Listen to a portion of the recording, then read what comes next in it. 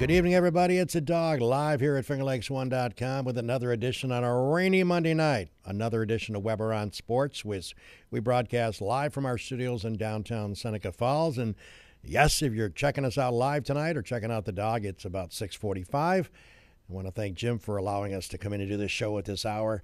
As I said, because of my part-time gig with the Thruway, our show sometimes will change based on my availability to come down here and do the show at normally 9:30. So it's good to have you along on a Monday night.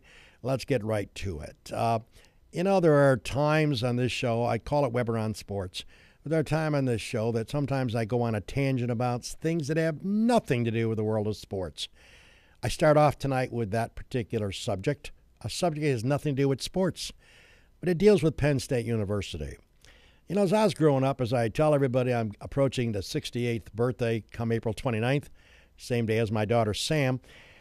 And I have to be honest with you, as I grew up, I heard a term called dumb broads. I never could understand the origin of such a term. I don't like the term. I think it's demeaning to women.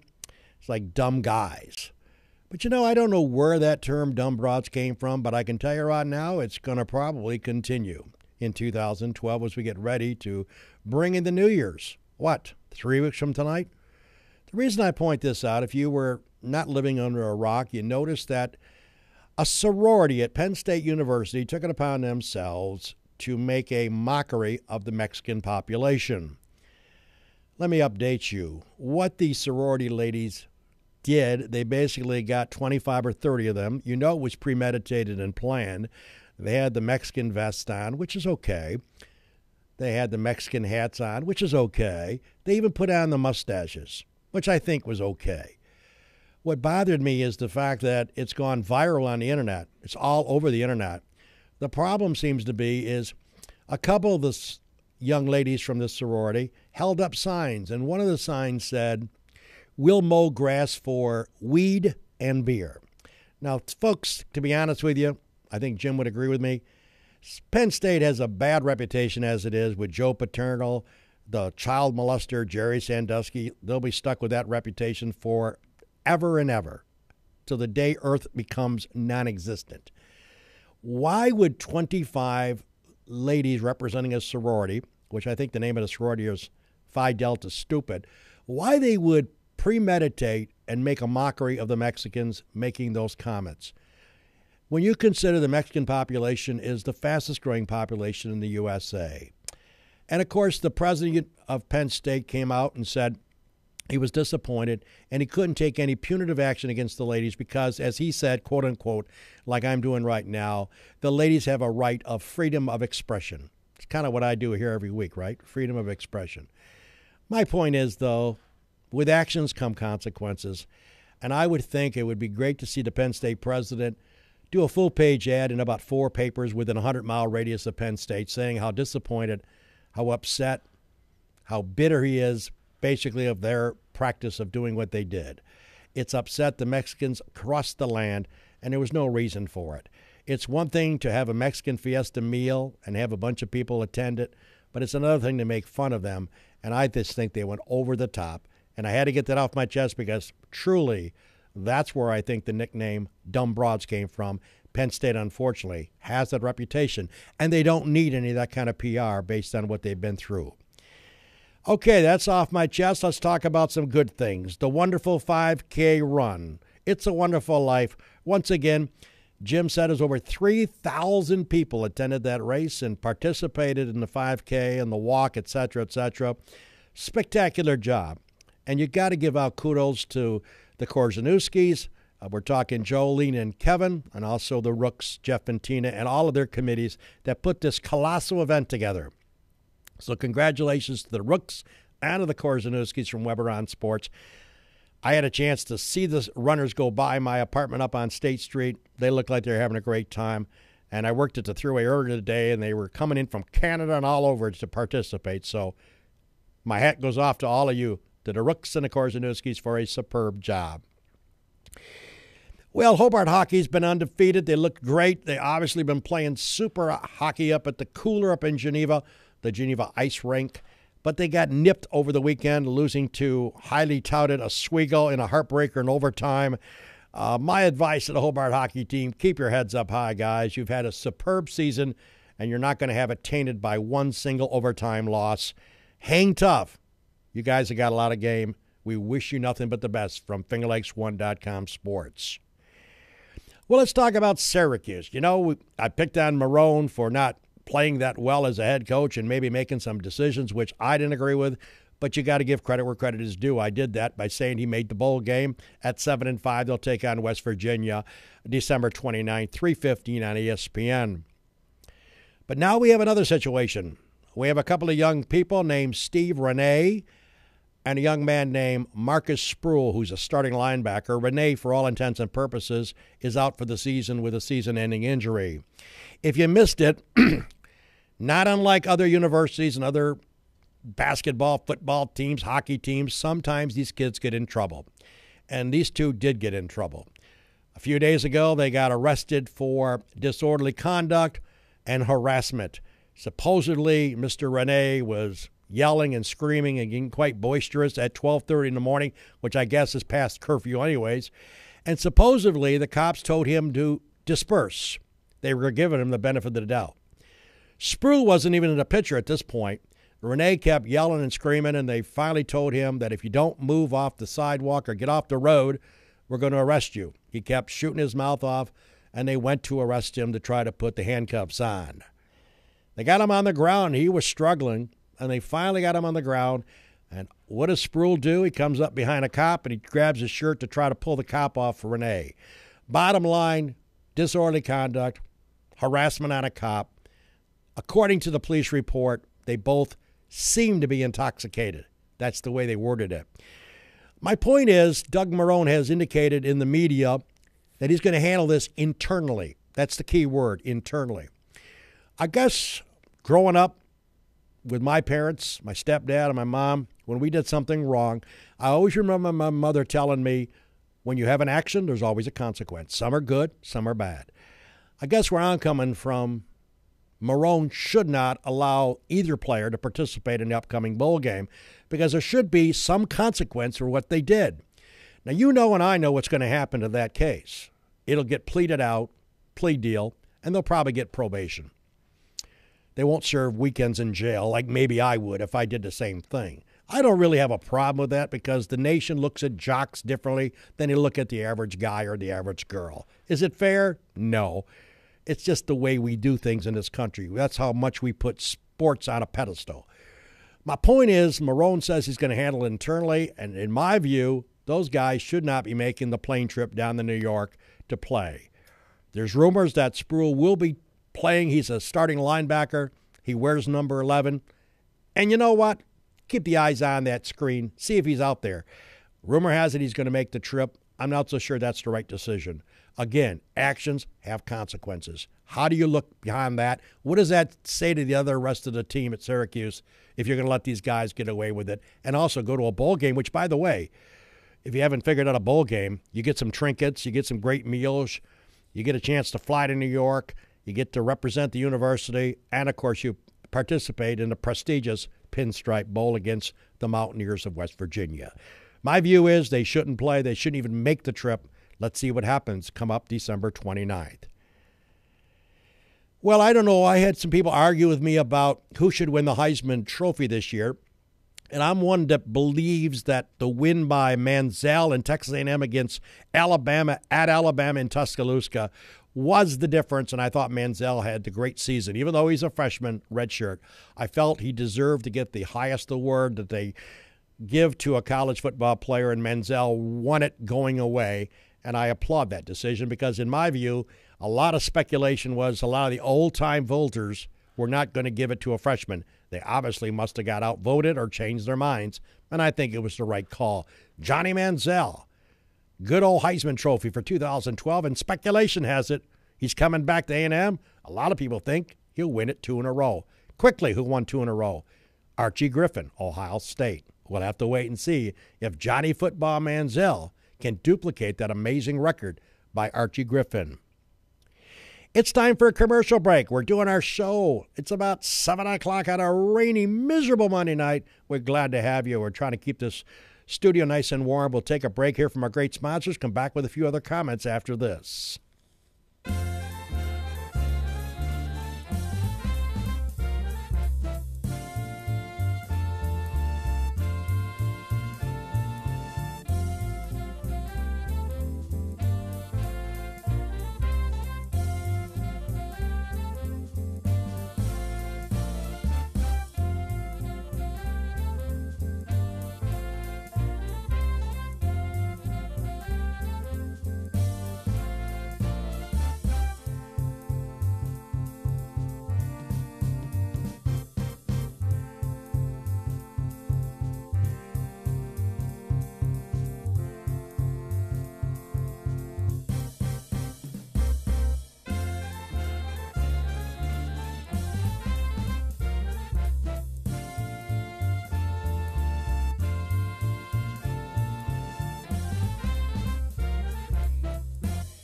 Well, for 13 straight years, on a Monday sometime in December, I always go out and get the Democrat and Chronicle. Why? Because I love to see headlines like this. I believe you can see that. It says, bitter pill. We're talking about the Jills. Ah, yes, again. 13 consecutive years, it appears. The odds are about a zillion to one that they will make the playoffs. They're currently 5-8 with 3 to go. Even if they run the table in the next 3, the final 3, chances are slim and none that they'll get into playoffs, and Slim just left town. Once again, ladies and gentlemen, all you Bills fans, you know I'm in my glory when I can pick on your Bills. I got to tell you, folks, enough already. 13 straight years. Oh, let's flash back and talk about how much money they put into that team during the offseason. Mario Stupor Williams, he got $100 million. They gave that furry-feathered idiot quarterback Fitzpatrick another interception in the last drive. You noticed that yesterday against the Rams. They gave him an extra $35 million. They hired this kid named Mark Sanderson for like $15 or $16 million. I think all told they spent like $188 million. And now, folks, for the 13th consecutive years, they will be on the sidelines watching the playoffs like myself and Jim Senecrope. I know some of you checking out my show get so frustrated with me when I pick on your Bills. But you know what, folks? How much pain can you handle? If you're watching me right now and you're a Bills lover, it's like you're in a torture chamber. They've got your arms stretched out, and they're stretching it. You've seen those James Bond movies? They got your legs stretched out, and they're stretching those. How much pain can you as a Bills fan endure? 13 years in a row. And I kind of find it interesting that let's assume they're not going to make it this year, and the chances are very good they won't. Could they go for 14 straight? And if they keep that furry-feathered Harvard graduate, worthless quarterback Fitzpatrick on the team, next year they got a chance for 14. Why is that significant? Brad Jones would ask that question. Because the furry-feathered, worthless quarterback Fitzpatrick wears number 14. Ladies and gentlemen, I always love fans that are loyal, but you folks that are Bills fans, haven't you endured enough pain? I ask that question. Do me a favor, please, as you check out Weber on Sports. Walk into your bathroom and look in the mirror and say to yourself the following: why am I a Bills fan? If you got a good answer, please email me, will you? And if it's a good answer, we'll probably buy you a sandwich. Well, elsewhere around the NFL, as we just can't help ourselves by picking on those worthless Bills, Dallas, Cincinnati, heartbreak city. Of course, they had the death of that young man because of the intoxication of one other player. They hung tough in Cincinnati. They pull out that game to keep themselves in the hunt on the heels of Tommy Coughlin's Giants. Give kudos to Dallas. They did pull it out. Pittsburgh, what's going on? Where's Charlie Batch when we need him? Roethlisberger, the Mr. Dependable quarterback, at home loses to the gagging San Diego Chargers. You know, Rivers and San Diego and Norv Turner never win against good teams on the road. They beat Pittsburgh by 10. You figure it out. And I heard the Steeler fans were yelling, Charlie, Charlie. So much for Roethlisberger getting back at the quarterback helm. Atlanta, Carolina. Carolina's had a terrible year, but they knocked off the Falcons quite easily by 10. How about the Giants? What team will Tom Coughlin field next week? They go to Atlanta. Guess what? The Giants look superb. David Wilson, Virginia Tech graduate. He was in Coughlin's doghouse early in his career with the Giants. They got him out of Virginia Tech. Wilson fumbled the ball a couple of times, and Tommy put him in the Coughlin doghouse, so that's not a funny place to be at. But Wilson had a spectacular game against Drew Brees and the Saints as the Giants just steamrolled those New Orleans Saints. And tonight, I don't know what the weather's going to be like in New England, but I'm guessing they're going to get the same weather we got here. It should be miserable. Rain, possible snow showers, horrible weather conditions, probably Monday Night Football, one of the best matchups, and I think the weather's going to be rotten. Houston, Texas, come to New England to take on the Patriots. Patriots favored by 3.5. Well, let's get the right hip fixed with surgery. Let's swing the baseball. And I'm not hitting home runs. I'm not even hitting the baseball. Let's say I got a bad left hip. A-Rod in the news again. Yep, got another hip surgery scheduled. Going to be out for 6-8 months? Expected back after the All-Star game in 2013. You Yankee fans, what can I tell you? Now you're paying the slug $28 million, and he's going to play for you for about 4 months next year. Pretty scary. Well, that's what happens when you sign these guys to these multi-million-dollar long-term contracts. By the way, Eric Chavez of the Yankees, he is no longer a Yankee. He got traded a couple of days ago. I understand they offered a Kevin Youkilis contract, the Boston Red Sox player, who hated the Yankees. I heard they offered him like a $14 million one-year contract. Still haven't heard whether or not he's accepting it. Well, I don't know about you, but I'm a boxing fan. I love Manny Pacquiao, even though Manny's trying to wake up from getting knocked out by this young man, Marquez. They exchanged knockouts early in that brutal fight in Las Vegas over the weekend. And by the way, Pacquiao, through 5 rounds, led on all 3 scorecards. All 3 he led. But the 6th round came, and it was night-night.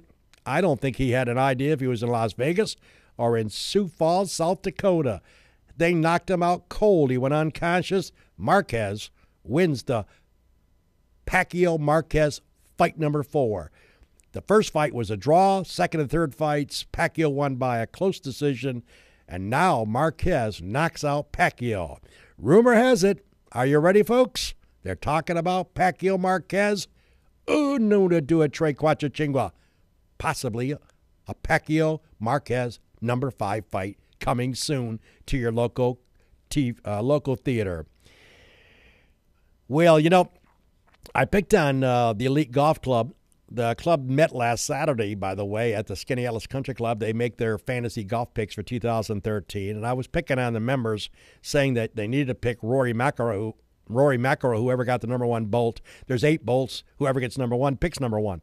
I had no clue that nobody would never go by the fact that you would pick anyone other than Rory. Rory, Player of the Year in Europe, Player of the Year in America, money title winner in Europe, money title winner in America. Who's better than Rory McIlroy? I'll answer that. Nobody. Everybody blinks when Tiger Woods is in the hunt, except one kid, the Northern Irishman, 23 or older. Yes, there's speculation he's changing his clubs, getting rid of Titleist, taking on Nike. There's speculation that he's not focused because he's got a girlfriend, Wozniacki, that tennis beauty. Folks, he's still the greatest golfer in the world right now. Nobody can compete with Rory McIlroy. Look at his stats. Look at his resume for 2012. But they drew the bolts on Saturday at Skinny Ellis Country Club, the site of their draft. Who do you think got the number 1 bolt? Jim Seneca and my good friend Doug Brown. Doug Brown said to the president, Dave Rutz. Dave Rutz said to him back, Brownie, you got number 1 pick. Who you going with, Rory? He started writing Rory down, and Brownie went, nope, give me Tiger. What?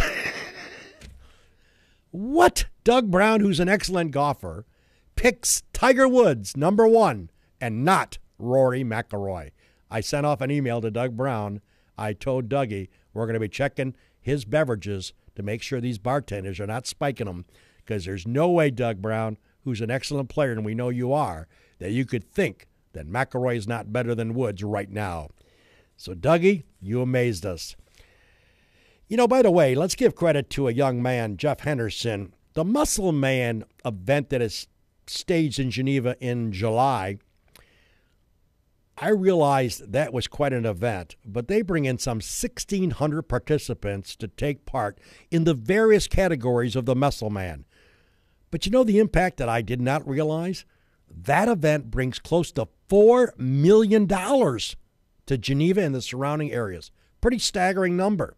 So, the muscle man, Jeff Henderson, kudos. Keep up the great work, and I know everybody who's involved in that. I have a lot of friends that participate in the Muscle Man. They can't wait to July 2013. And I know to my good friend Vince Scalise, who I met years ago, him and his boat museum up there in Geneva has been scuttled for the time being, and nothing against you, Vince. I got to tell you and your board are trying your best, but personally, I'd much rather have a Red Lobster in that location or an Olive Garden than a boat museum. To me, and I'm not a boater, I do swim. To me, that's like watching grass grow. If I can't go to that museum and see the Titanic, I'm not interested. So anyways, there's some controversy, some difference of opinion between the City of Geneva and the Boat Museum Board. And from what I understand, it's on hold and it may not take place. High school showdown in basketball. Jim and his great equipment's got the team of Barnick and good old Matt Verke and Kevin Korzanuski, who I understand did a great job. And, of course, Brendan Harrington, our main man, Jeremy Hunt, and, of course, Jim Senecropi will be in a showdown battle tomorrow night at the Arthur L. Baker Gymnasium. It don't get any better than this. A couple of teams early in the season, both flashes of brilliance. Should be a great game. We urge you to get out and support that game live and in person at the Arthur L. Baker Gym. But if you can't make it, tune us in at 7:30. FingerLakes1.com. It'll be Brendan Harrington with a play-by-play and Matt Verke with a commentary on Tuesday night, which is tomorrow night. Should be a classic battle, Geneva versus Mynderse. Can Mynderse contain the talented all-state, all-Finger Lakes Shane Sweeney? My granddaughter's a cheerleader at Geneva. I watched Shane the other night, and that kid has got a lot of game. Well, ladies and gentlemen, as usual, it's a slice. We hope you've enjoyed the show tonight, and we'll hopefully be back at our normal time next Monday at 9:30. Until then, have a great weekend. Guess what? 2 weeks from tonight, Santa Claus heads to Seneca Falls. Take care, everybody. That's a look at sports my way.